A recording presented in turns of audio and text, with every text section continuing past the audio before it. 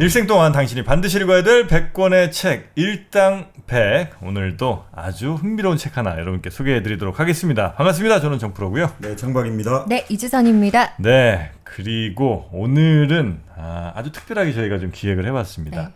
네. 여러분이 누구나 다 아실 만한, 그리고 요즘은 모르겠습니다만 한때 누구나 다 또 좋아하셨을 이분과 함께 이분이 선정한 책으로 오늘은 일당 100 한번 진행을 해보도록 하겠습니다.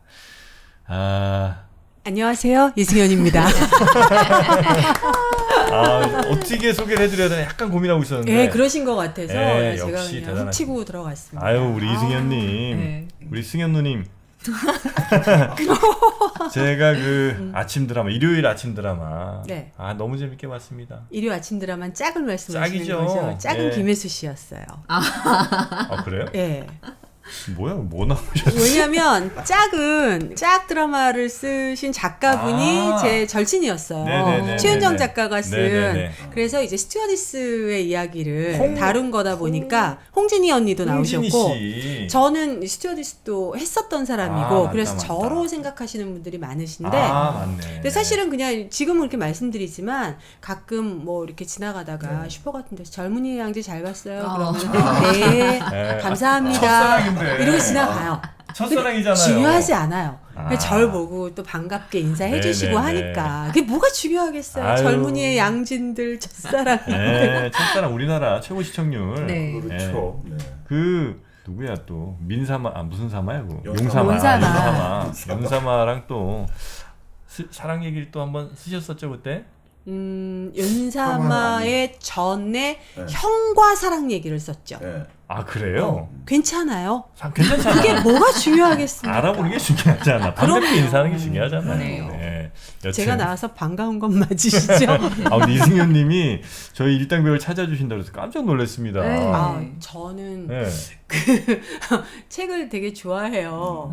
책을 되게 좋아해서 사실 초등학교 우리 때는 국민학교라고 했었어요. 네네네. 국민학교 들어가기 전에 그 소년소녀 그 동아출판사에서 나온 50권 전집이 있었거든요. 그땐 전집 참 많았어요. 전집 그 빨간색 네. 이렇게 도톰한 걸로 초등학교 들어가기 전에 그걸 3번 다 마스터하고 한글로 그걸로 뗐죠. 한글을 그걸로 떼셨다고요? 네, 책을 보면서 한글을 뗀 거죠. 와. 희한하죠. 그랬더라고요. 만화책 네. 너무 좋아하고 네네네.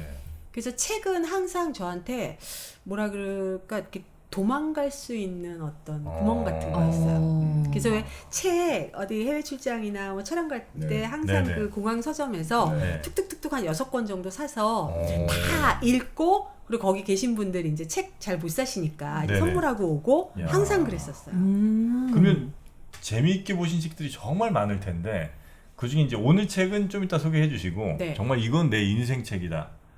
뭐 여러 권이 있으시겠습니다만 그중에 정말 바로바로 생각나는 책 한두 권 정도만 제목 얘기해 주신다면 어떤 거 있어요? 뜬금맞게 저는 예전에 그 홍신자 선생님의 자유를 위한 네. 변명 그 책 있잖아요. 자유를 위한 변명. 예. 그 무용하신. 네네네네. 그 책이 너무 인상적이었고 그다음에 어린 왕자. 어린 왕자. 네, 아, 어린 왕자는 정프로의 인생 책이. 진짜 얘는 무슨 내가 무슨 생각을 할 때마다 얘가 그 프리즘처럼 이렇게 다각도로 나에게 다르게. 다가와 주잖아요. 대단한 책이죠. 어린 왕자. 어린 왕자 좋아하고 네. 그리고 이제 치유책 중에서 호포노포노라는 호포노포노? 네.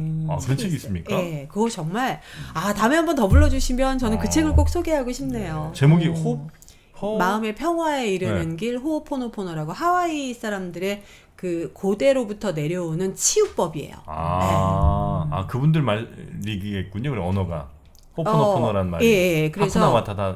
미국의 이제 휴렌 박사가 그거를 공부하고 실제적으로 많은 기적들을 일으켜서 지금도 그 호포노포 정화에 관한 책이거든요. 되게 좋아요. 오늘 방송 전에 좀 이렇게 말씀을 나눠봤는데 치유, 건강 이런 거에 관심이 많으시더라고요. 아프지 말고 살아야죠. 요즘 9988 1234 아세요? 9988 1234? 맞춰봅시다 우리. 일단 99세까지 같아. 네. 99 다음에 88 1234. 네. 팔팔하게. 99세까지 팔팔하게. 그렇죠. 1, 2, 3, 4는 뭐야? 하루에 뭐일 텐데. 하루에 맞아. 두 한 번? 번 웃고 두 번 싸고 세 끼 먹고 한 번 하고 한 번 하고 이거 뭘 하는데요? 그거? 뭐든 한번 하고. 이게 정말 재밌네요. 한 번은 대변. 한 번 싸고 그렇지. 두 번은 먹고. 두 번 먹을까? 3번 먹지 않을까? 아니요. 요즘에는 두 번 먹는 거야. 간헐적 단식. 네, 두 번 먹고. 두 번 먹고 세 번은 어렵다. 세 번은 누굴 만나야 되나? 사는 뭐야 그럼? 죽을 사지 않을까요? 네 번째 이게 그렇게 많이들 말씀하시더라고요. 99세까지 팔팔하게 살다가 네. 3일 정도 앓고 바로 간다. 행복하게. 네, 3일 정도 아픈 거는 하루 이틀 3일 정도 고생하다가 바로 간다. 1, 2, 3, 4 편안하게. 뭐예요? 그게 1, 2, 3, 4예요. 하루 이틀 3일 죄송합니다. 정도 아, 진짜요? 네. 9988 1, 2, 3, 4. 3일 정도까지만 앓다가 만약에 아프더라도 그러니까 아프지 않게 건강하게 사는 게 요즘 최고 화두란 뜻이겠죠. 1, 2, 3, 4 진짜 죽을 살아요. 그래서 네. 웃음의 치유력. 오늘 소개해 주실 예. 책 웃음의 치유력. 네. 저희가 일당백 참 오래 했습니다만 네. 요런 종류의 책은 한 번도 저희가 다뤄본 적이 없는 것 같아요. 맞아요. 이게 보니까 네. 일당백이 너무너무 좋은 프로그램인데 사실 가벼운 마음으로 들어왔다가 그 지식과 막 이 여러 가지 정보의 그 무거움에 이렇게 이곳은 내가 갈 곳이 아닌가 봐. 그럴 이러고 때가 있습니까? 그럴 때가 있더라고요. 그래요? 초반에. 정말요? 물론 이제 중간중간 네. 이렇게 네네네네. 재미도 있고 희석도 되고 해서 좋지만 그런 그 무거운 혹은 깊은 네. 이런 것들이 있어서 요즘에 화두가 건강이기도 하고 또 제가 생각도 많이 하고 뭐 나름 그렇긴 하지만 또 네. 그렇게 뭐 지식이 남다르다거나 뭐 해박하다거나 깊다거나 하진 네. 않기 때문에 네. 이런 뭐 웃음의 치유력 건강 철학이 분명히 있는 이야기라 네. 그냥 이렇게 가볍게 오신 분들 좋다. 이승연 나왔네 뭔 얘기하나 아유 좋다. 건강 얘기 좋다 이러실 것 네. 같아서 아유 좋습니다. 또 이렇게 너무 무거우면 또 힘들잖아요. 그래요. 한 번쯤은 우리가 네. 가볍게 편하게 듣다 자도 되는. 저 그런 한 번쯤은 한 번쯤은 웃음의 네. 치유력. 네. 웃음의 치유력. 근데 우리 승현 누님은 상처가 많으신가요 혹시? 그렇지 않고서야 이 치유 건강 여기에 대해서 이렇게 고민을 많이 하시거나 이게 강렬하게 뭘 원하실 때는 그만큼의 어떤 비었다 혹은 뭐 여기에 이만큼 구멍이 있기에 있겠죠. 네. 사람하고도 있을 수 있고 일로도 있을 수 있고 뭐 과거의 어떤 행적도 있을 수 있고 여러 가지가 있을 수 있는데 이제 때때로 그걸 내가 상처라고 인지할 때도 있고 아니면 상처인지조차 모르고 막 살다가 이제 깨닫게 되는 경우들도 있고 네, 근데 네. 결국은 이제 치유는 사실 치료하고는 다른 거잖아요. 네. 치료는 뭐 썩둑썩둑 약 바르고 이렇게 해서 나을 수 있는 거지만 치유는 이게 어찌 됐건 간에 안에서 벌어지고 새살이 돋아나야 되는 부분이기 때문에 치료도 중요하지만 우리한테 진짜 중요한 거는 치유인 것 같아요. 네, 네, 사실은. 그러니까 인생책 꼽아 주신 것들도 보니까 네. 그런 힐링 관련된 혹은 그 어린 왕자도 약간 저 상처 많은 분들 좋아하거든요. 네. 그럼 정프로님도 상처 많나 보죠? 더 많죠. 네. 그럼 웃음의 치유력 이거 봤을 때 네. 치유하고 싶다는 생각이 좀 드세요? 근데 웃음의 치유력은 약간 심적 저항감이 살짝 있는 책이긴 해요. 왜요? 이게 제목만 봐서는 왜요? 뭐 내용은 제가 아직 모르겠습니다만 웃음의 치유력 하면 보통 이제 그 백화점 문화센터에서 어머님들 여러분 저 행복해서 웃는 거 아닙니다. 웃어서 행복한 겁니다. 거예요. 이러면서 이제 맞아요. 그런 얘기 너무 많이 하시니까 그리고 뭐 TV 무슨 아침 한 오전 10시 때쯤에 이제 무슨 강사분들도 그 얘기 너무 많이 하시니까 네. 너무 귀에 딱지가 앉아갖고 약간 거기에 대한 좀 거부감이 살짝 있긴 합니다. 그런 거 있죠. 네. 평생 옆에서 나를 사랑해주고 이렇게 여러 가지 믿어주고 조언을 아끼지 않았던 와이프 혹은 뭐 남편, 가족 네. 늘 옆에 있고 공기 같고 이러니까 그 정말 중요한 것들이 너무 쉽게 볼 수 있고 너무 산지에 있으면 사실 귀한 걸 모르잖아요. 그런 것들 중에 하나가 웃음인 것 같아요. 아까 말씀하시는데 문득 든 생각이 네네네. 진짜 귀한 것들이 막 공기도 우리가 전부 이렇게 마스크를 쓰고 다닐 때 제발 숨 좀 제대로 쉬었으면 좋겠다. 늘상 하던 것들이었는데 네. 제한되거나 제어되고 나면 그때 이제 확 진짜 좋았구나 이게 소중했구나 막 이런 생각이 들잖아요. 네네네. 웃음도 그런 것 같아요. 정말 이게 어마어마한 치유거거들랑요. 저는 요즘 시대에 가장 필요한 게 유머, 웃음이라고 생각이 그럼 들긴 그렇죠. 하거든요. 예. 근데 지금 우리 정박님이 이제 책 소개해 주실 거잖아요. 이 책에 정말 저희한테 필요한 그 웃음이 있을까? 그 유머가 있을까? 이 책을 보고 좀 그러니까 궁금해지긴 이게 합니다. 결국은 이 책은 이제 영어 원제는 그 어나토미 오브 일리스 해가지고 뭐 네. 아픔의 해부라고 해야 될까? 고통의 해부. 뭐 음. 병이란 무엇인가 그거를 진짜 이게 이 저자가 노먼 커즌스라고 언론인인데 네. 그 미국 특유의 그 분석적이고 좀 논리적으로 그리고 이 사람이 직접 난치병을 겪은 사람으로서 자기가 이제 어떤 식으로 회복되었는지 이것들을 이제 아주 분석적으로 설명하고 있어요. 그래서 이게 무조건 지금 말씀대로 만병통치라든지 이런 개념이 아니고 그 웃음이라는 게 인간의 본래 생명력의 하나다 이거죠. 네네네. 그 생명력을 우리가 잘 다시 인지하고 그걸 관계하고 다시 잘 북돋으면 그러니까 기본적으로 우리가 그렇게 보면 사실 고통도 여기서 보면 고통도 고통이 아닌 걸로 나오죠. 고통이야말로 신이 준 선물이다. 뭐 이런 이야기도 나오는데 전체적으로 보면 상당히 좋은 그 단순한 건강법이 아니라 아주 우리가 건강하다는 게 뭔가를 다시 한번 생각해주는 좋은 책입니다. 저는 만약에 원제대로 고통의 해부, 혹은 뭐 통증, 뭐 병의 해부, 뭐 이렇게 만약에 됐으면 차라리 더 좋았을 것 같아. 웃음의 치유력 하니까 약간 책이 저한테는 약간 좀 1분 유머 약간 이런 느낌. 그래서 저는 원제가 훨씬 낫습니다. 고통의 해부. 네. 그리고 이제 또 하나는 만약에 이제 웃음이 이렇게 중요한 건 뭐 오케이 좋습니다. 근데 그 웃음이라는 게 나의 의지나 노력에 의해서 내가 더 많이 웃을 수 있는 건가? 여기에도 약간의 좀 의심은 있어요. 그러니까 뭐 상황이나 뭐 이런 것들이 좋아지거나 할 때는 당연히 뭐 나도 모르게 웃음이 나올 수 있겠으나 내가 웃어야 되겠다. 그래서 이제 웃음이 더 많아진다고 해서 이게 정말 나에게 도움이 될까? 이건 약간 좀 갸우뚱한다. 그러니까 웃음을 잃어버린 정프로님 삶의 어떤 잘 안 웃어요. 지금요 거의 이제 요즘 재미가 없으시고. 고목이 됐습니다. 그 의미로 고목이에요. 그러니까. 네, 그래서 재미가 없고 웃음을 잃었죠. 잃었어요. 그걸 하지만 잃는 또 동시에 찾을 수 있는 웃음이기도 하겠네요. 못 찾죠. 왜죠? 왜 다시 시작하거나 혹은 just do it. 할 수 있을까요? 약을 먹어야지만 치유가 된다고 할까요? 무슨 얘기일까요? 그건 좀 부적절한 얘기였던 것 같습니다. 네. 무슨 말 하는 건지 저도 잘 모르겠어요. 그게 웃음으로 치유가 되면 센세이셔널 하겠네요. 네. 웃기거라 뭐 이런 식의 약으로 웃으거라 뭐 이렇게 웃어거라. 웃어거라. 무엇이든. 빨리 이제 책 내용으로 들어가 좋습니다. 봅시다. 일단 이 책은 누가 쓴 겁니까? 누가? 노만 카슨즈라고 네, 아까 네. 말씀하신 그러니까 언론인이죠. 맞아. 그 언론인이고 네. 이분이 평화운동가로 좀 유명했어요. 평화운동가? 그래서 1962년에 이제 쿠바 미사일 위기가 났단 말이죠. 네. 그래서 소련하고 미국이 일촉즉발의 상황까지 갔는데 그때 이 사람이 63년에 케네디 대통령의 특사로 소련에 가가지고 후르쇼프 서기장하고 회담도 하고 네네. 상당히 유명한 사람입니다. 근데 이분이 1960년대에 이제 강직성 척추염을 알았죠. 강직성 척추염? 네. 그러니까 이게 이제 흔히 말해서 이게 좀 심한 경우 같은 경우는 이제 등이 굽어져 가지고 하늘 바라보기가 힘들어지고 강직이라는 게 딱 굳어지는 거잖아요. 딱딱해지고. 딱딱해지는 거. 네.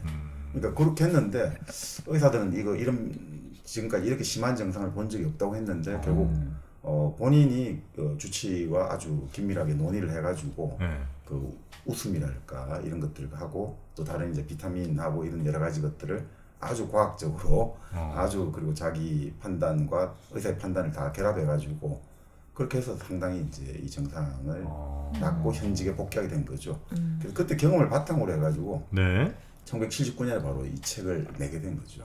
그렇습니까? 이 책을 내고 나서 사실 전 세계 많은 사람들이 이제 이 영향을 받은 게 신뢰할 수 있는 사람이니까 단순하게 지금 말씀대로 이걸 뭐 팔아먹기 위한 이런 게 아니라 본인의 투병기를 아주 담담하게 고백했고 네. 실제로 이 사람이 10살 때도 좀 큰 그 나중에 오진으로 밝혀졌습니다만 결핵으로 한 6개월간 그 요양소에 가기도 했고. 근데 노만카 그런 선수가 것도 참 있죠. 대단하다고 네. 느낀 게 네. 보통 저만 해도 뭔가 나만의 방법으로 뭐가 좋은 결과가 네. 나타나서 야 너도 해봐 진짜 좋아. 그리고 누가 물어보면 이거 이상이 없어. 네. 이럴 수 있는데 이 사람은 뭐 의사들이건 누가 뭐라고 얘기해도 이거는 개인의 차이가 있으며 네. 아닐 수도 있다. 네. 그러니까 되게 현명하게 그 맞습니다. 시대에 잘 대처했다는 느낌이 들더라고요. 그러니까 이게 뭔가 자기의 개인적인 특수한 체험을 바로 성급하게 일반화시키지 않고 맞아. 자기의 상태를 투명하게 고백하고 또 조언을 원하는 사람에게는 또 내 것을 일반화시키지 말고 주변에 이제 의사분들하고 충분히 논의를 하고 그게 되게 인상적이야. 예, 그러니까 이게 제일 요즘 선전선동의 시대잖아요. 맞아. 그런데 이제 그런 게 아니라 그걸 좀 벗어난 사람이니까 상당히 지금 시대 읽어도 아주 네네. 나름 메시지가 있다고 생각합니다. 언제 책입니까 이게? 79년. 79년. 그러면 우리나라에는 이제 번역된 건 한 2007년쯤에 번역이 됐고요. 사실 이제 이 책은 이제 2007년에 번역됐는데 네. 그 이전에 예전에 범양사 출판부라고 그 범양사 출판부 쪽에서 신과학 운동을 하면서 그때 이 책을 이름을 좀 달리 해가지고 내기는 냈을 거예요. 지금 근데 이제 지금 여기 제목은 웃음의 치유력인데 예전에는 제가 그때 기억나는 건 희망의 치료인가 뭐 하여튼 그런 비슷한 이름이었던 것 같은데 자꾸 바뀝니다 제목이. 네, 아 그래요.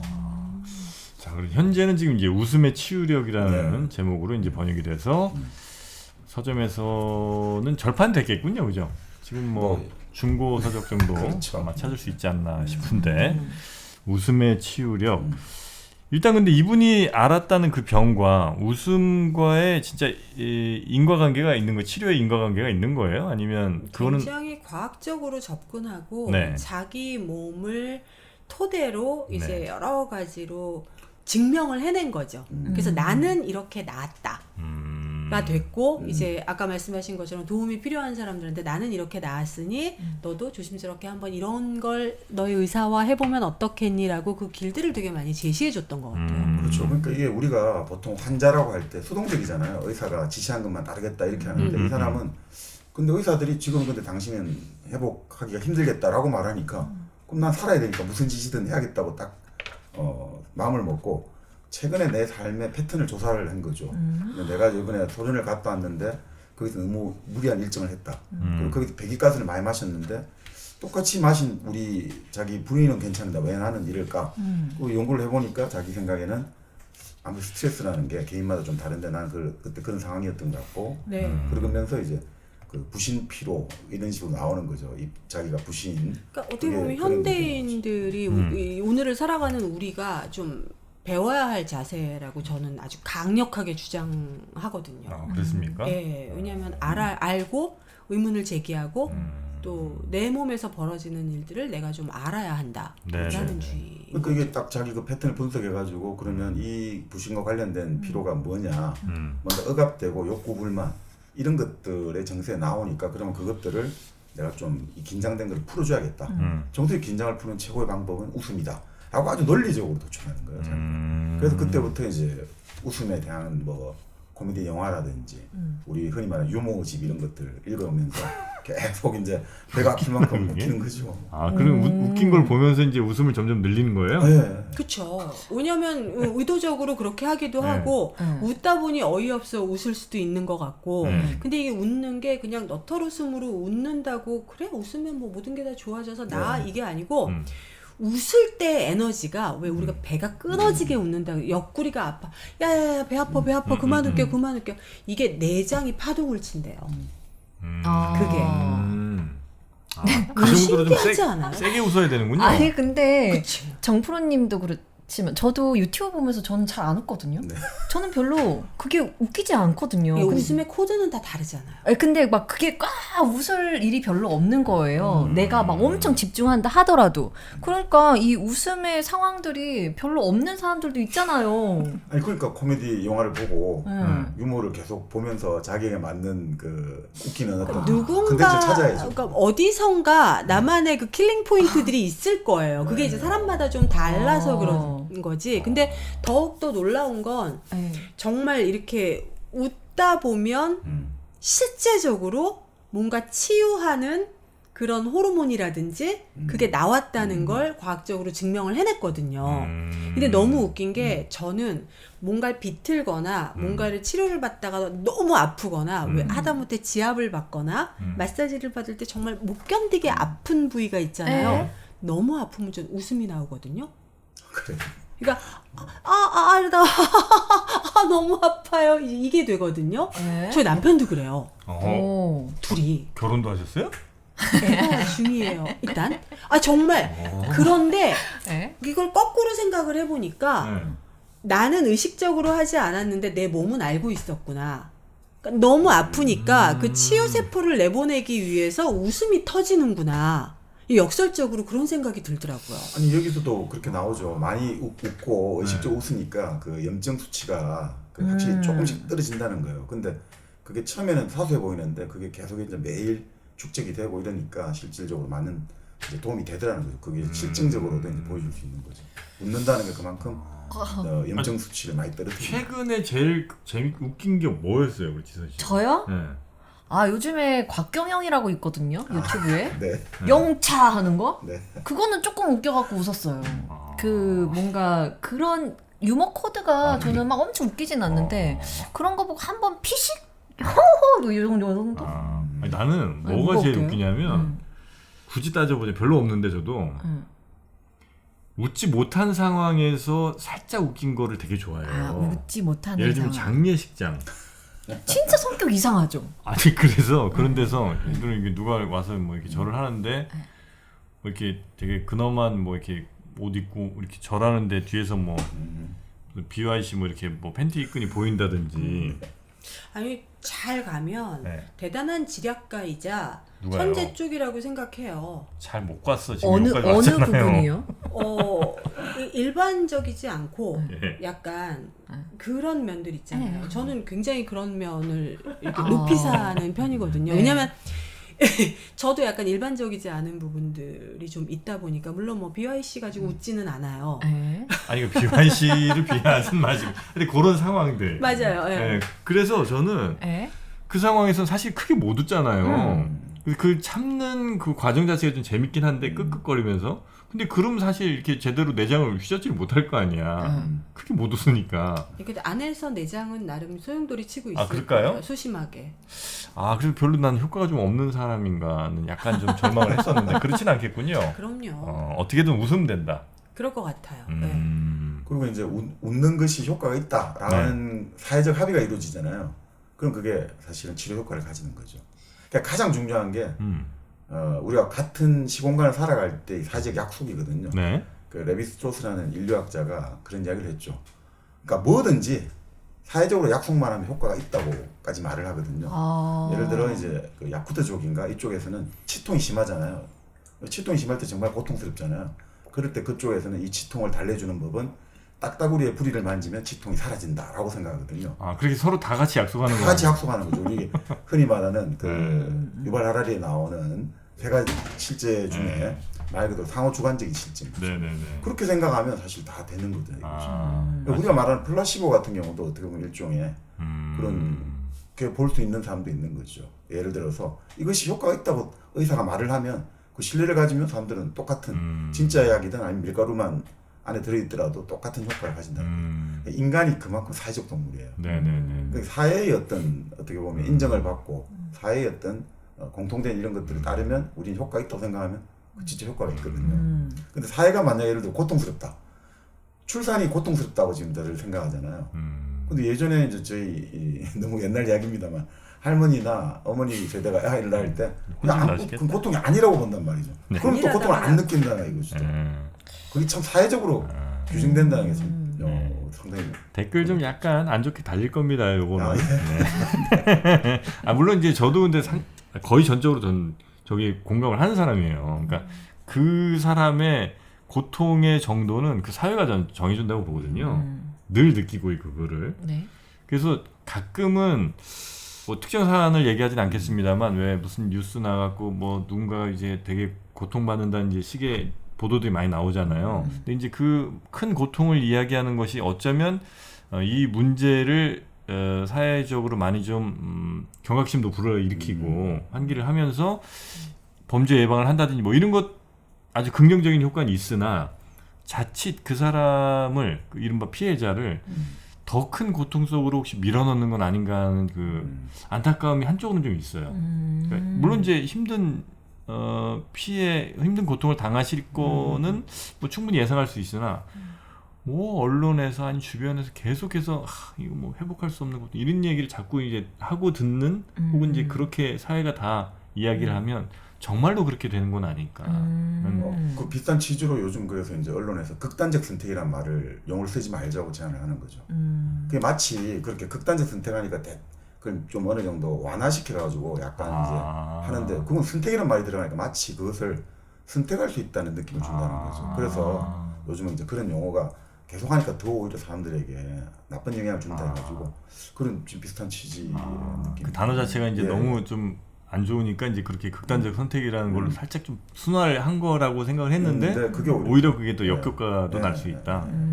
그럴 수도 있겠네요. 그러니까 이 사회적 합의에 따른 이제 언어 표현부터 시작해서 지금 뭐 여러 가지 그 고통을 다루는 방법이나 이런 게 되게 참 섬세한 손길이 필요한 것 같아요. 지금 전 진짜 머릿속에 탁 치는 생각이 하나 있는데 제가 요즘에 유튜버도 별로 안 웃는다 했잖아요. 이 안 웃는 이유가 하나가 뭐냐면 너무 세상이 비판적으로만 보이는 거예요.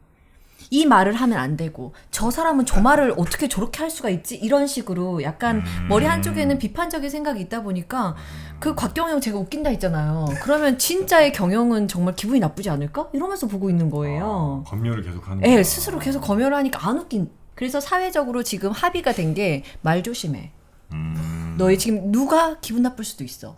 이런 게 지금 저변에 깔려 있어서 스스로도 요즘에 사회에 유머가 필요하다라고 느끼는 게 저도 필요하고 그런 생각이 드네요.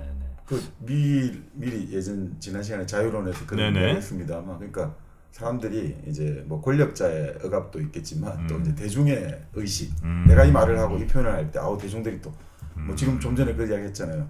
지금 이야기하니까 댓글 좀 나쁜 댓글 달리고 맞아 그걸 말씀하셨잖아요. 대중의 압력들 그러니까 그런 걸 느끼고 있으면 웃을 수가 없죠. 그러니까 아까 지금 두 분 다 지금 웃음이 잘 안 되지만 옛날에는 뭔가 압박을 느끼고 있다는 거죠. 말을 예쁘게 하는 게 어떻게 보면은 참 어렵기도 하지만 가식이 좀 있는 것 같고 마음과는 좀 다른 말로 포장을 하는 것 같고 근데 요즘엔 그냥 자기 마음을 예쁘게 가꿔서 그냥 그대로를 말하면 그게 이제 정상적으로 소통이 되면은 그게 가는 것 같고 그러니까 이제 몸과 마음의 면역력이라는 게 계속 대두가 되는 것 같아요. 왜 똑같이 어떤 말을 들었는데 이 사람은 기분 나쁘고 이 사람도 괜찮고 그 차이는 뭐지? 나는 똑같은 말을 했는데 약간 이런 부분도 한번 생각을 해보게 되고 아까 말씀하신 거에 대한 연장으로 말이라는 거에 대해서 되게 많이 생각을 하게 돼요. 말씀하시면서도 어쨌든 이제 알려진 분이니까 더 신경을 요즘 들어 쓰십니까? 아니면 예전이 더 많이 썼습니까? 그러니까 저는 연기하는 게 참 힘든 사람인 것 같아요. 가외로. 그래서 그렇게 연기를 잘했으면은 내가 큰 상을 받았겠지. 그래서 그냥 진실로 가는 게 편하다. 뭐 없이. 네. 그래서 그냥 그 방법을 택해서 가면은 저는 더 편한 것 같더라고요. 연기 쪽 상은 별로 안 받으셨습니까? 그때 만큼은 작년에 하나 받았네. 그러셨습니까? 네. 네. 봐봐 이 거짓 웃음이잖아. 뭐가요? 아니에요. 이거 방금 거짓 웃음 같은데. 아니 민망해서 나온 웃음이에요. 그렇습니까? 네. 내가 내 입으로 좀 작년에 상도 하나 타셨죠? 이거 아니고 제가 제 입으로 작년에 상도 하나 탔습니다. 이러니까 약간 민망하잖아요. 자랑하는 것 같고. 그 민망하고 좀 수습하는 정도. 네네네. 네, 그런 웃음. 네. 알겠습니다. 하여튼 그래서 이 웃음의 치유력이 왜요? 저 잘하고 있는 건가요? 지금요? 너무 잘하고 계시죠. 이거 약간 좀 살짝 가식인 거 같아요. 거짓 멘트잖아요. 네. 바로 느껴지잖아요. 네. 네. 완전. 이렇게라도 한 번씩 웃으면 됩니다. 네, 방금 거 웃겼어요, 진짜로. 네. 자, 이 웃음의 치유력, 이 노먼 커슨스라는 분이 쓴 요 책. 그럼 이제 일단 웃음이 이분은 개인적입니다. 이거는 어디까지나 네. 자신의 굉장히 치료하기 힘든 병을 웃음과 또 다른 어떤 내 삶의 태도를 좀 바꿈으로 해서 치료를 했다. 이렇게 이제 생각을 하신다는 거죠. 네. 분석을 하셨고 그렇게 네네네. 그 과정을 좀 그래도 설명을 좀 해주셔야 우리도 좀 납득이 좀 될 것 같은데 어떻게 누가 좀 소개를 해주시겠습니까? 정박님이시죠. 정박님이시죠. 네. 그러니까 이분이 이제 카전스가 1964년에 이제 강직성 척춤을 앓게 됐는데 네. 아까 말씀드렸듯이 소련 갔다 와서. 소련 출장 갔다 오고 그 아주 빡빡한 일정이었고 네. 거기서 뭔가 자기 생각에는 배기가스를 아주 많이 마셨다. 네. 자 그런데 문제는 이제 뭐 아주 이 온몸에 흔히 말하는 막 결절이 돋아나고 이게 뭐 어떻게 지금까지 본 강직성 척춤 환자 중에 가장 심한 증상이다. 그래서 병원에서는 이거 우리가 손을 쓸 수가 없다. 이렇게 이제 말을 하니까 그러면 나는 어떻게든 나아야 되니까 내가 한번 공부를 해봐야겠다. 그렇게 해가지고 자기 자신을 이제 분석한 거죠. 자기 자신의 삶의 패턴을 분석해보고 최근에 여러 가지 이런 것들이 어디서 나왔을까 생각을 해보니까 결국 내가 지금 정서적 긴장해서 이런 여러 가지 스트레스나 이런 것들이 비롯되었으니까 좀 더 적극적이고 긍정적인 정서를 가져야겠다. 그러면 이제 그 중에 하나가 이제 웃음을 내가 적극적인 정서를 갖기 위해서 웃는 뭔가 컨텐츠를 많이 소비해야겠다. 그 다음 하나가 이런 것도 나와요. 그리고 1960년대 당시 미국 병원만 해도 상당히 이제 그 요즘도 뭐 병원 내에서 감염이 문제가 되고 있지 않습니까? 그 당시도 심했다는 거죠. 자기 이 제자가 보기에도. 그래서 여기 있다가 오히려 병을 얻겠다 싶어가지고 그리고 막 떠들고 웃어야 되는데 또 다른 병원에서 그러긴 좀 쉽지 않죠. 그렇죠. 그래서 바로 호텔 쪽으로 옮긴 거예요. 방 안에. 호텔이면 웃음이 나오죠. 네. 자 그렇게 네. 자 그렇게 해가지고 이제 그런 장소를 바꾸고 그 다음에 자기 주치 아주 자기 상태를 잘 아는 주치하고 의논을 해가지고 여기서는 이제 비타민 C 요법이 나와요. 근데 이제 물론 요즘 뭐 비타민 C 요법 가지고 이게 반대하는 의사분들이 많고 근데 여기서도 아주 신중하고 아주 절제한 의조로 말하고 있거든요. 일반화 시킬 수 있는 건 아니고. 그래서 이제 이 사람이 이제 비타민 C를 이제 자기가 고민을 해가지고 고용량으로. 네. 메가도스라고 하나요? 이렇게 나오죠. 그거를 그냥 하지 말고 차라리 일정한 양이 들어갈 수 있도록 점적 형태로, 그러니까 우리가 말하는 링거를 맞는 식으로 그래서 혈관에 일정한 그걸 자기가 고안을 해요. 그래서 의사에게 제안을 해가지고 또 이렇게도 하고, 자 그렇게 해가지고 하니까 뭐 나중에는 이제 당신이 결국 이 책에서 비타민 요법을 말한 거는 그 미국의 라이너스 폴링이라고 노벨상 2번 받은 학자가 있거든요. 그 사람이 이제 비타민 C 요법으로 유명했어요. 그러니까 그 사람 말을 듣고 한 거 아니냐? 그건 아니라는 거죠. 자기는 이미 자기가 생각하는 거고 폴링은 그 이후에 이제 그걸 발표했으니까. 하여튼 자기 나름의 이제 그런 나름 합리적인 가설을 세우고 그걸 가지고 검증을 하는 거죠. 네. 보고 근데 왜 비타민을 하느냐? 근데 이건 많이 해가지고 뭐 예를 들어 자기가 생각할 때 그 자기 관련된 질환에 대한 부작용이 적다고 생각하니까. 그러니까 아주 우리가 생각하는 뭐 이게 좋으니까 이건 무조건 이게 아니고 이게 내 같은 병에 이런 것들이 할 때 염증하고 뭐 어떤 하나씩 다 따지는 게 나아요. 그러니까 무조건 이제 의사의 처분만 따르진 않고 의사가 지금 방법이 없다고 하니까 그러면 내가 찾아보겠다. 이런 이제 자세가 되어 있는 거죠. 그래서 어떻게 보면 어나토미죠. 해부를 하는 거예요, 진짜. 내 몸에 이런 것들을 다 그냥 뭐 어떤 사람한테 막 믿고 맡기고 이런 것보다 하나씩 진짜 해부하듯이 하나씩 들여다보는 거죠. 자 그렇게 해가지고 이제 결국 이런 웃고 이런 비타민 C하고 여러 가지 결합을 시키고 천천히 좋아져가지고 어느 순간에 이제 일상생활에 복귀를 했다. 그래서 그런 이야기를 하는 거죠. 아무리 불치병에 의사가 선고를 하더라도 낙담하고 공포심을 가지지 말아야 이거죠. 그러니까 결국 우리 인간은 본래 몸과 마음이 갖고 있는 재생 능력이 있다 이거죠. 우리가 뭐 회복 탄력성 이런 말도 요즘 많이 합니다만 그 재생 능력을 믿으라는 거예요. 그 하천은 어떻게 보면 미물이라고 할 수 있는 도마뱀도 꼬리 잘리면 또 재생하고 하는데 고등동물인 인간이 예를 들어서 뭐 어떤 다른 형태의 재생 능력이 분명히 숨어 있다. 그러니까 그것들을 우리가 충분히 발휘한다면, 그러니까 하나의 뭐라고 할까, 이 정해진 틀에 인간이 갇혀 살아가는데 그 틀이라는 게 뭐라고 합니까? 이게 딱 주어진 게 아니라 그 틀은 어떻게 보면 한계인데 폭이잖아요. 한계를 정확히 알면 다시 한계를 더 넓히 나갈 수 있다는 거죠. 그래서 이제 이분은 사실 자연의 힘을, 그러니까 내가 갖고 있는 본래적인 자기 치유력이라고 할까, 이런 것들을 잘 이제 관리를 하면 오히려 여기서 이제 우리 응진 씨 좋아하는 인간의 자유를 가장 바람직하게 발휘하는 길이 바로 그런 거 아니겠는가. 내 안에 있는 뭐 그런 식으로 이제 이야기를 하고 있는 거죠. 사람 몸에는 다 병원이 있다고요? 네. 병원? 네. 치료를 해주는? 네, 네. 그렇죠. 마음속에 이제 슈바이처 말을 빌리면 인간의 마음속에는 다 의사가 살고 있다는 네. 거죠. 그리고 사실 이 사람의 몸은 다 약창고라고 하죠. 우리가 뭐 그 요즘 잘 나오지 않습니까? 우리 두뇌에 신경 전달 물질, 뭐 도파민도 있습니다만 그 엔돌핀 같은 경우는 어마어마한 약효를 가지는 네네. 천년 근데 마약이잖아요. 요즘에 뭐 심리학들 이야기 많이 하는데 저도 심리를 공부하고 있긴 하지만 몸과 마음을 따로 봤거든요. 네. 몸이 아프면 뭐 병원에 가고 뭐 마음이 아프면 뭐 심리 상담을 따로 하거나. 근데 사실 요즘에 오은영 박사님이 굉장히 열풍을 일으킨 그 이유도 의사이면서 심리학 박사이기 때문에 그 몸하고 정신은 너무 밀접하게 연관이 되어 있어요. 어차피 몸은 한 판이잖아요. 네. 같이.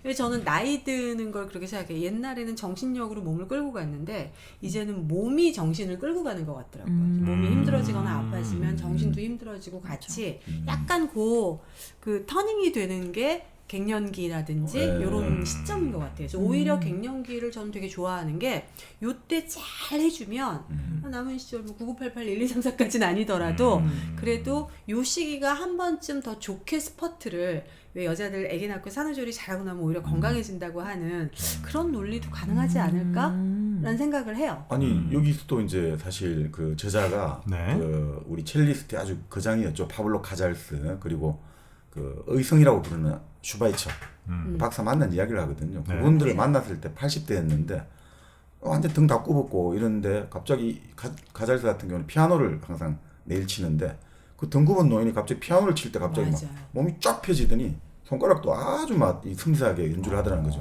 그리고 연주를 딱 끝나고 다시 식탁 돌아올 때는 완전히 30, 40대 젊은이의 몸처럼 딱 오더라는 거예요. 오. 근데 사실 거기 실험을 한 게 있거든요. 제가 어디 와칭이라는 책을 한번 봤는데 네. 거기서 예전에 배우를 했던 사람들 있죠. 그 예전에 아주 유명한 배우들 그 40대 때 연기했던 그 사람들을 30년 지나서 모은 거예요. 그래서 이제 70대, 80대가 됐는데 이 사람들한테 30년 전, 40년 전에 그 배역을 다시 준 거예요. 그래서 한번 해봐라. 그걸 딱 한 달 하고 났는데 사람들이 거의 갑자기 해춘하는 느낌인 거예요. 전부 다 얼굴들이 딱 오히려 젊어지고 등이 펴지고 그 사람이 그 마음, 아 내가 지금 40년 전 나이 40살에 나는 지금 다시 연기를 한다 생각하니까 한 달 하고 나니까 완전히 젊은 상태로 나와가지고 그때 깜짝 놀랐다 이런 이야기도 있죠. 그러니까 바로 그런 거죠. 내가 일상적으로 하는 루틴을 하고 그리고 그런 것들을 긍정적으로 음악을 계속 연주하고 그리고 슈바이처 박사 같은 경우는 이제 끊임없이 뭐라고 할까 유머 코드를 발휘하고 이러면서 그 노인들이 97세, 90세까지 아주 뭐 아까 말씀대로 며칠 잠깐 아프다가 그렇게 잘 갔던 경우가 나오죠. 이제 우리도 나이 들면 신진대사가 느려져서 그래. 뭐 그래서 살쪄. 그래서 힘들어 막 이러는데 밝혀졌잖아요. 20대부터 60대까지 신진대사가 느려지는 거란 없다. 기초대사량의 차이는 없다. 그래요? 충격을 받았죠. 아, 이제는 비빌 언덕이 없구나. 변명할 곳이 하등에 아무데도 없구나. 내가 스스로 계속해서 20대처럼 움직이고 뭐 밥 먹고 하면 그 상태가 어느 정도 유지가 될 수가 있다. 근데 이제 노화라는 건 분명히 존재를 있지만, 하는데, 예.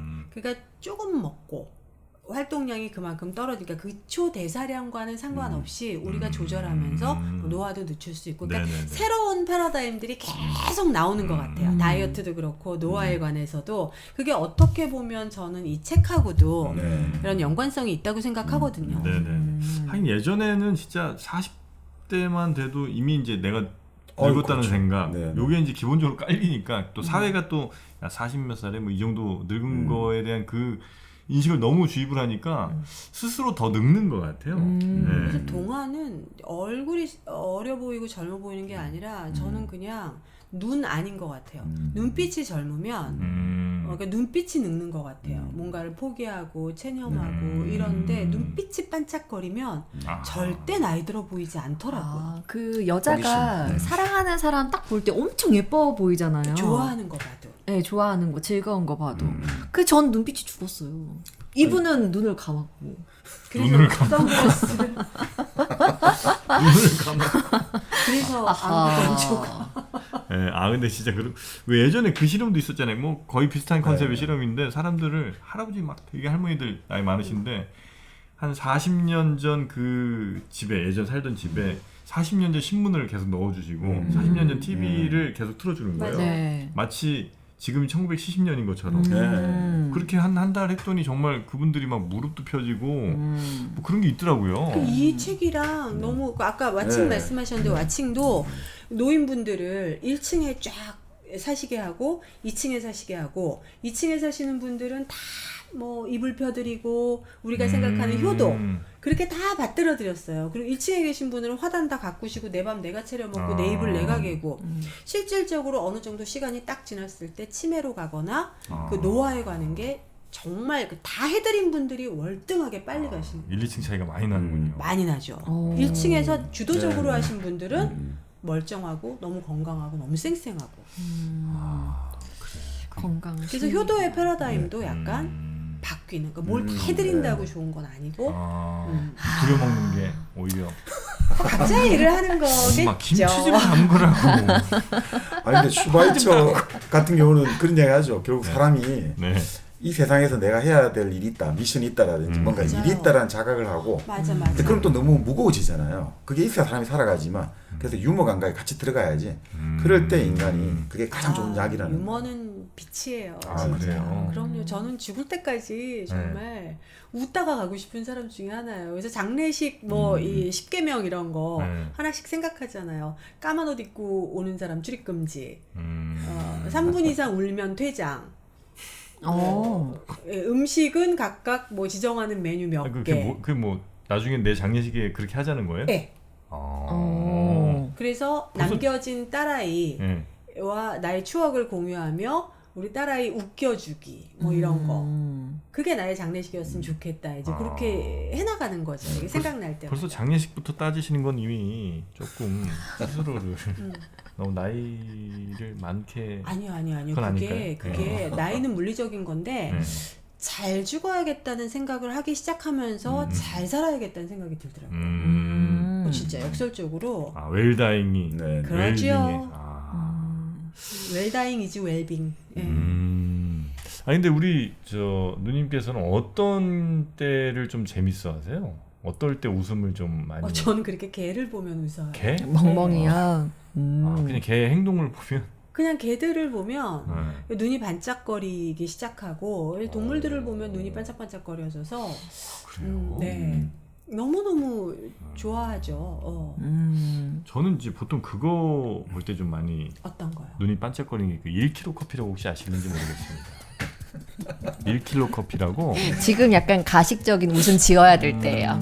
1kg 커피. 보이시나요? 예, 우리의 입만 웃는 맛과 향을 네. 정말 우리의 입을 사로잡는 네, 그 커피. 네. 1kg 커피 혹시 우리 누님은 아직 안 드셨을까요? 못 먹어봤습니다. 아하, 아하. 일당백을 사랑하신다면 많이 좀 배신감이 느껴집니다. 예, 1kg 커피를 꼭 한번. 여기 혹시 준비돼 있진 않나요? 저희는 없어요. 왜죠? 집에 있어요, 집에. 잘 이해가 안 가서. 집에. 보통 이럴 때 네. 마셔보지 않은 그 게스트가 한번 딱 마셔보면서 줄창 전 이걸로 결정했어요. 앞으로는 이것만 마실 테예요. 이런 계기를 이런 데에서 마련할 수 있도록 이렇게 커피를 보내주시고 그래야 되는 거 아닌가요?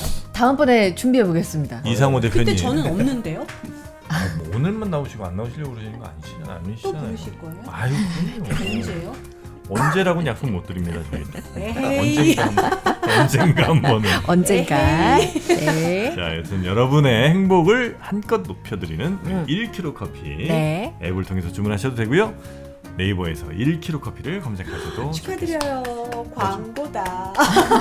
아유, 저희 항상 해왔던 겁니다. 네, 1kg 커피는 네. 예, 건너뛰지 마시고요. 네. 자, 그렇게 우리의 몸은 우리의 생각과 일단 떨어져 있지도 않으며 그리고 우리가 어떻게 느끼는가에 따라서 우리의 몸도 굉장히 좀 달라질 수 있고 그리고 우리 몸을 더 건강하게 유지하는 것으로 우리의 정신도 또 젊어질 수 있다는 거. 네. 그런 건 이제 요즘에 사실 많이 나온 얘기기도 하고 많은 분들이 아마 공감을 좀 하시는 그런 부분이 좀 아닐까 생각을 좀 합니다. 네. 자, 그리고 일단 이분이 스스로 이렇게 치유를 의사분과 함께 했고요. 본인의 몸을. 그 얘기로 끝나진 않을 거 아닙니까? 그리고 이제 여기서 그렇게 보는 거죠. 이제 이 책이 서여진 1979년 당시 이제 미국인들에 대해서 그 이야기를 하는 거죠.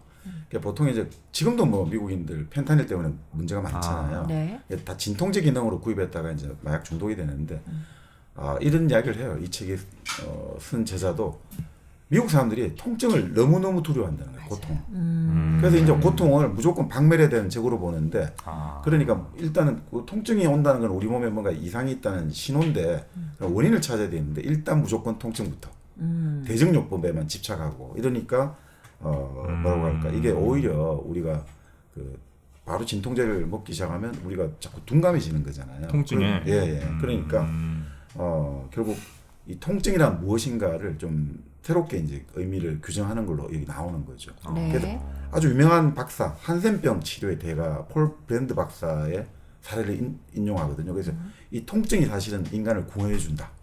신이 준 선물이다. 통증이. 예, 그 한센병 환자 우리 한센병 알잖아요. 네. 이 나병이라고 흔히 하는데 네. 저도 깜짝 놀랐는데 브랜드 박사 같은 경우가 이제 인도에 가는 거죠. 그래서 이 사람이 손 재건 전문인 거예요. 재건 성형. 우리가 보통 성형을 미용 성형하고 재건 성형 나뉘는데 이 손 같은 것들이 이제 많이 훼손되시. 예, 손가락이 뭐 떨어져 나간든지 뭉개졌을 때 이것들을 이제 재건해 주는 거예요.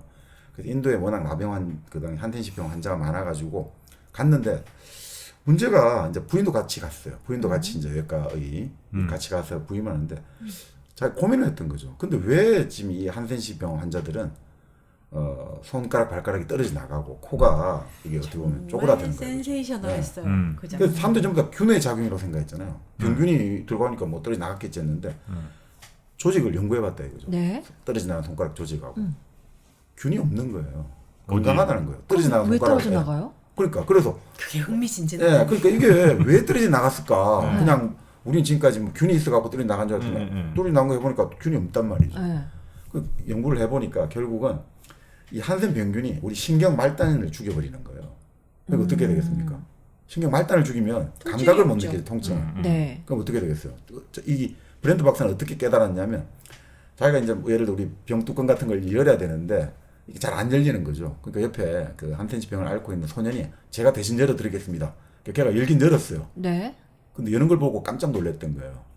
걔가 지금 손뼈가 다 보이는 거예요. 이게 돌려가지고. 근데 얘가 통증을 못 느끼니까 그냥 힘을 그냥 막 돌리는 거예요. 이게 손가락 감각이 없으니까 통증. 그러니까 자기 뼈가 지금 드러나는데도 그러니까 이제 이 사람이 거기서 힌트를 얻은 거죠. 이게 병균이 아니라 이 신경세포가 죽어가지고 감각이 무뎌지니까 사람들이 막 그냥 이게 하다 뜨거운 보니까 것도 쥐고. 뜨거운 것도 지고 감각이 없어요. 그래서 떨어져 나간 거라고요? 그렇죠. 네. 그러니까 이러니까 손에 상처를 입을 위험이 있는데도 막 감각을 못 느끼니까 적당한 우리가 압력을 어느 정도 통제를 해야 되는데 막 자기 좀 뼈가 부서지는데도 막 한다 이거죠. 저는 그거뿐만 아니라 이제 또 정박님께서 얘기해 주시겠지만 거기서 진짜 이 한센시병에서 정말 센세이셔널했던 게 네. 이게 그 환경적인 걸 연구해 봤더니 쥐들이 몰래 나와서 자는 동안 아작아작아작아작아작 먹기 시작한 거죠. 근데 고통을 못 느끼니까 손가락들을. 우리 그냥 자는 거예요. 그럼 이제 잘려서 나가는 거죠. 이게. 그러니까 발가락이 만약에 고통을 느끼면 발로 찬다든지 할 텐데. 손가락이 그렇죠. 뭐 해도 그냥 팍 치고 자면서 깬다든지 할 그렇죠. 텐데 그쵸. 그러니까 손가락 발가락 같은 경우가 그렇게 해서 이제 떨어져 나갔다. 이걸 이제 알는 거죠. 그래서 이제 지대충 운동 버리고 그다음에 이 사람들이 이제 통증을 느끼게 적당한 이제 그 장갑들 특수 장갑을 착용을 하고 나서부터 이제 손 발가락이 안 떨어져 나가요. 그럼 코는 왜 썩어요? 코 같은 경우는 이제 보니까 병균 때문에 그러니까 병균 때문에 떨어져 나간다고 했는데 병균 때문에 이 코 내부 막이 수축되면서 이게 코가 안으로 말려 들어가는 거예요. 그러니까 다시 이제 수술을 해가지고 물론 심하게 된 건 다시 끄집어내기 힘들지만 어느 정도 된 거는 이제 이 사람이 그 자기 이제 그 생각에 따라가지고 수술을 해가 보여준 거죠. 재건을 재건이니까. 다시 한 거죠. 말려 들어간다고요? 말려 들어가요. 함몰대가 된 거죠. 안에. 근데 더 재밌는 게 부인이 같은 외과인데 부인은 이제 주로 그 백내장을 많이 수술을 해줬어요. 네. 사실 한센시병 환자가 실명을 많이 했다는 거예요. 네. 그건 처음에 이제 또 병균이 많이 들어가고 뭐 그다음에 비타민 A가 부족해서 그런가 보다라고 생각했거든요. 근데 그렇게 해도 계속 실명한 사례가 나온단 말이죠. 네. 그래서 고민을 해보니까 우리 눈이라는 게 지금 우리 안구건조증을 앓고 계시지만 네. 매일 먼지와 자극을 많이 받잖아요. 그럴 때마다 우리 천년 안약이 나오잖아요. 눈물이 계속 깜빡거려 눈 표면을 촉촉하게 젖어줘야지 우리가 눈이 보호가 되거든요. 네. 근데 안구건조 계속해서 뭐냐면 이 병균이 이게 침투를 해가지고 눈물을 못 나오게 하는 거예요. 이게 계속 그 건조하게 만들어가지고. 그러니까 이제 그게 결국은 실명이 됐다 이거죠. 그래서 이 사람이 어떻게 그걸 했냐면 그럼 어떻게 해야지 이 사람을 깜빡깜빡하게 만들까 우리 촉촉하게 유지할 수 있을까 해가지고 우리가 어떻든 말을 한다든지 뭐 음식을 먹는다든지 입을 많이 벌리게 되잖아요. 입을 여기 움직이는 근육하고 이 눈 바로 이제 눈꺼풀을 움직이는 근육을 연결해가지고 입을 벌릴 때마다 눈꺼풀이 덮이게 하는 거예요. 그러면 덮으면서 또 눈이 깜빡거려지니까 그렇게 해서 이제 실명 문제도 해결한 거예요. 그러니까 사실 고통이라는 거를 그러니까 네. 만약에 이렇게 둔감하니까 바로 한센시병에서 우리가 말하는 손발가락이 떨어져 나가고 그리고 여러 가지 코가 이제 안으로 말려 들어가고 그리고 결국 이제 실명도 됐다는 거죠. 그러니까 그거를 고통이 그러니까 한센시병 환자들은 고통을 주소서 한 거예요. 신이 연에게 고통을 줘서 통증을 줘야지 자기가 그걸 몸을 상태를 아는데 통증이 없으면 아무것도 못합니다. 그 사람들한테는 고통이 곧 치유의 시작이니까. 네. 그러니까 실제로 네. 전 세계적으로 그런 특수한 체질이 있어요. 무통증 감각. 통증을 못 느끼는. 아예 못 느껴요. 진짜 통증을 예. 잘라도 못 느끼고 뭐 이론적으로 가능해요. 인간 우리가 통증을 느끼는 거는 뇌로 들어가는 결국 뇌가 느끼는 거잖아요. 그러니까 뇌로 들어가는 그 감각신경을 차단해 버리면 통증을 못 느끼는 거죠. 그래서 우리가 말기 아주 극심한 통증을 겪는 환자 같은 경우는 최후의 수단으로 이게 뇌 가는 감각신경을 차단해 버리거든요. 그러면 통증을 못 느끼게 되니까. 근데 어쨌든 그런 사람들이 근데 뭐 전 세계적으로 정말 몇십 명 안 되고 뭐 이런 겁니다만 대체로 오래 못 살거든요. 대체로 오래 못 살죠. 왜냐? 통증을 못 느끼니까 우리가 불에 손을 넣어도 칼로 베이도 그냥 칼 베이가 피가 철철 흘리면서 일을 하는 거예요. 그러다 죽는 거죠. 출혈이 과다 출혈로. 몸에 어떤 문제가 생겼어도 못 통증을 느낀다는 못 느끼니까. 옥상에서 떨어지고 지금 막 갈비뼈가 막 부서지고 내부 장기 출혈이 나도 못 느끼는 거예요. 그러니까 그래서 이론적으로 그 사람들이 거의 오래 사는 사람이 없죠. 통증이 없으면 사람은 결국 이 건강도 그렇고 생존에도 아주 심각한 문제가 있다. 그러니까 미국인들이요. 제발 이제 무조건 통증을 적이라 생각하지 말고 통증을 하나의 시그널로 생각해라. 네. 하나의 우리 인체의 경보 조직이다. 이런 식으로 이제 좀 새롭게 다시 이제 사람들에게 대중적인 의식의 각성을 가져다 준 거죠. 저도 이 통증을 대면하는 걸 되게 좋아합니다. 네, 그래요? 그러니까 예를 들어서 뭐 아주 심플한 예로 새끼발가락을 테이블 모서리 빡 찍으면 너무 아프잖아. 너무 아프죠. 그때 발 잡고 막 이렇게 막 뭘 할 수도 있지만 이게 서 있기는 힘드니까 이게 테이블을 잡고 눈을 감고 생각을 합니다. 아, 이렇게 아프구나. 어. 와, 새끼발가락이 거의 뭐 떨어져 나갈 거. 그 통증을 막 느껴요. 그럴 때 혹시 묘한 희열 같은 게 약간 있어요. 그게 이제 몸이 즉각적인 고통이나 네. 빠지거나 통증을 딱 느꼈을 때 뇌에서는 네. 그걸 진정하기 위한 뭔가가 나오고. 약간의 뭐 세로토닌이 맞습니다, 됐든 맞습니다. 그 세포가 나오거든요. 그러니까 그 막간의 그 상황에서도 그걸 느끼시는 거죠. 되게 예민하신 짜릿함을. 분이네요. 그리고 이렇게 매운 거 막 먹으면 이거 되잖아요. 네, 네. 왜냐면 매운맛은 통증이니까 그렇죠. 또 이제 그 세포가 또 나오는 네, 거죠. 그래서 이제 뭐 보통 어릴 때는 막 우유를 먹거나 뭐 아니 요구르트 뭐 이런 걸 이제 먹으면서 이제 그 시간을 이렇게 좀 어떻게든 고통을 좀 줄여보려고 했거든요. 네. 근데 어느 순간 그거는 고통의 시간만 자꾸 딜레이 시킬 뿐이라는 걸 좀 깨달은 것 같아요. 그래서 매운 걸 먹고 막 아프잖아요. 그러면 눈을 또 감고 세로토닌이 나오는 그 시기를 아주 오롯이 느끼시는군요. 이거 고통이구나. 근데 이제 저게 사실 그 스피노자의 방법이에요. 네. 스피노자라는 철학자가 네. 그러니까 인간이 그 우리가 정념을 이성으로 극복하기 힘들잖아요. 네. 그러니까 내가 지금 아무리 분노하고 내가 지금 아프고 그리고 내가 막 시기 질투심 나는데 이걸 사실 막 달래기 쉽지가 않거든요. 네. 그럴 때 방법이 그걸 응시하는 거거든요. 지금 우리 정프로 말처럼 이렇구나라고 객관화시키는 거예요. 스피노자. 내가 아프구나. 근데 이렇게. 저도 근데 네. 선천적으로 그걸 너무 잘하거든요. 그래요? 3인칭 네, 관찰자 객관화시키는 시점으로 거예요. 쭉 빠져서 네. 그거를 보는 걸 되게 잘하거든요. 근데 저는 이제 아기를 낳았으니까 정말 사람 몸이 너무 신비하다고 느끼는 게 사람 몸이 임신을 해서 태아가 몸에 있어도 외부 인자로 인식을 한대요. 네네. 그래서 걔네들을 몸에서 그렇게 생각하지 못하도록 계속 뇌에서 옥시토신 호르몬을 분비를 시켜서 기분 좋은 상태로 얘는 적이 아니야. 그래서 출산을 하고 나면 그게 뚝 끊어지니까 급작스럽게 오는 게 그래서 산후 우울증이 우울증이거든요. 사람에 따라 조금씩 다르지만 너무 신비롭지 않아요? 계속 좋은 뭔가를 임신 기간 동안 주는군요. 네, 왜냐하면 얘를 적으로 느껴서 그렇겠죠. 뭔가 면역 체계들이 발동해서 얘를 죽이려고 하니까 얘는 적이 아니야. 그래서 뇌에서 호르몬을 뿜어주는 그 시기를 못 잊어서 아니면 다시 그걸 느끼고 싶어서 임신하는 경우도 있을까요? 제가 그랬어요. 오. 아니 아이를 더 갖고 싶진 않았는데 계속 임신 상태가 너무 부러운 거예요. 그래서 배가 부른 여자들이 지나가면 좋겠다. 왜냐면 그 호르몬이 셌나 봐요. 그런가 보다. 그렇죠? 네, 우린 스피노자. 스피노자. 아유. 정박님은 어때요?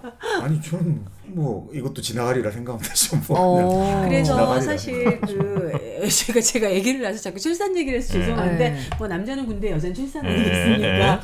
근데 아이 낳을 때 네. 이렇게 그 진통이 오는 순간에 힘을 빼주는 게 라마즈 호흡법이거든요, 사실은. 왜냐면 애가 이렇게 확 스크류를 돌려 그럴 때 힘을 빼줘야 이게 박자가 맞는데 힘을 주면 같이 강직이 돼버리기 때문에 애도 힘들어지거든요, 네. 사실은. 그래서 그때 정말 전 28시간 진통했는데 28시간이요? 네.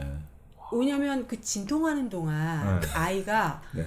저는 그러고 이제 제왕절개를 했어요. 이제 아. 혹자들은 가장 최악의 경우다. 이제 이런 얘기를 그렇구나. 하는데 네. 저는 좀 다르게 생각한 게 28시간 동안 진통하고 그렇게 네. 제왕절개로 나왔어도 그 자연분만한 애들처럼 네. 살 길을 내가 계속 찾은 거죠. 나오는 네. 구멍을 계속 찾았기 때문에 그게 이제 뭐 지능이나 여러 가지 뭐 이런 거 그렇게 말씀하시는 분들도 계시더라고요. 아, 그 최근에 어느 글을 읽으니까 그런 이야기를 비슷하게 하시더라고요. 그러니까 의사가 아이를 받는 거하고 예전에 이제 산모가 받는 게 좀 아니 산파가 받는 게 좀 다른 게 산파는 기본적으로 어떻든 간에 아이의 자발성을 어떻든 맞아요. 유도를 한다는 거예요. 지켜본다는 거예요. 어느 정도. 그래서 또 많이 죽었죠. 네. 예전에는. 네. 근데 문제는 이제 아이들이 아주 지금 말씀대로 난상 끝에 어쨌든 나온 애들 있잖아요. 네. 근데 그때 그 애들 얼굴 같은 거 신생아 얼굴에도 마치 뿌듯한 느낌이죠. 아. 애들이 나가 이제 이 큰일을 해냈다는 그런 그래요? 그 애들 얼굴에도 약간 그런 게 그런데 보인다잖아요. 너무너무 저는 어메이징하다고 느낀 게 뭐 3살 버릇 8까지 간다. 그게 얼마 전에 하버드에서 나온 거거든요. 3세까지 네. 모든 게 다 형성이 돼버린다. 네. 이런 거. 그러니까 우리 선조들이 했던 거, 뭐 아이들 뭐 곤지, 잼 이게 사실은 음물 교육이거든요. 손가락을 많이 써야 뇌지능이 발달해서 한글을 뭐 빨리 뭐 언어 지능이 뭐 좋아진다. 그거를 예전에 과학이라는 게 없었을 때 우리 선조들은 다 알고 계셨던 거죠. 어마어마하지 않아요? 다 이 책이랑 연결이 돼요. 맞습니다. 이 책을 도대체 하루라면 좀 힘들고 한 일주일이나 한 달 단위로 보면 몇 권이나 혹시 보실까요? 요즘에는 사실 그렇게 많이는 잘 못 보고 네. 사실 그래서 일당백이라는 프로그램도 되게 좋아해요. 내가 정말 네네. 이거를 이렇게 두꺼운 책을 정말 옛날에 그 노력과 그 열정으로 읽지는 못하지만 마치 읽은 듯이 네네네. 그 정박님이 이렇게 다 쫙 또 풀어주시잖아요. 네네네. 이 유머와 함께 그러면 머릿속에 더 그런 것 같아요. 책을 오롯이 느끼는 사람도 있지만 저는 항상 실생활에 연결시키는 게 실용을 좋아하거든요. 네네. 그래서 어쨌든 이 책이 어떤 감동이 있었어도 내 실생활과 연결 접점이 있어야 되고 거기에서 또 내가 가져가는 게 있어야 되고 그거를 너무 좋아하다 보니까 그러려면 제가 막 읽는 것보다도 이 일당백이 너무 좋아요. 진짜. 일당백을 이렇게 보거나 들으시는 것도 매우 좋고요. 누워서 한번 보셔도 좋고요. 네네. 책을 혹시 읽으실 때는 리드모아 독서대라고 있습니다. 네, 책을 혹시 읽으시게 되면 네. 이렇게 바닥에 놓으시면 이게 목 각도가 편치 않을 수 있잖아요. 이렇게 생긴 거요? 바로 이렇게 생긴 바로 거예요. 저겁니다. 네. 오, 써있네요, 리드모아. 네, 저 리드모아 독서대와 함께 책을 읽으시면 네. 우리 누님의 목 건강 그리고 눈 건강 굉장히 더 도움이 좀 될 수 있고요. 책을 편안하게 오래오래 읽으셔도 전혀 필요하지가 않습니다. 리드모아 독서대. 모아. 네, 나중에 한번 꼭 검색해. 리드는 읽다. 모아는 더. 네. 더 읽어라. 더 읽어라. 여기 세워놓고 계속 읽어라. 계속 읽어라. 끝도 없이 읽을 수 있다. 리드모아 독서대입니다. 네, 1kg 커피 마시면서 리드모아 아유, 독서대에 책 볼게요. 꿀조합이죠. 네, 좋습니다. 자, 그러면 오늘 저희가 일당백 웃음의 치유력이라는 책을 여러분께 좀 소개를 해드리고 있는데 네. 우리 이승현 누님과 함께 네. 같이 또 읽고 있고요. 2부에서 웃음의 치유력 뒤에 또 이야기들 재밌는 게 좀 많이 남아 있으니까 네. 그거는 제가 이어진 2부에서 또 전해드리도록 하겠습니다. 누님 잠깐만 좀 기다려 주시고요. 1kg 커피와 리드모아와 함께 기다리겠습니다. 네, 저희는 2부로 돌아오겠습니다. 네.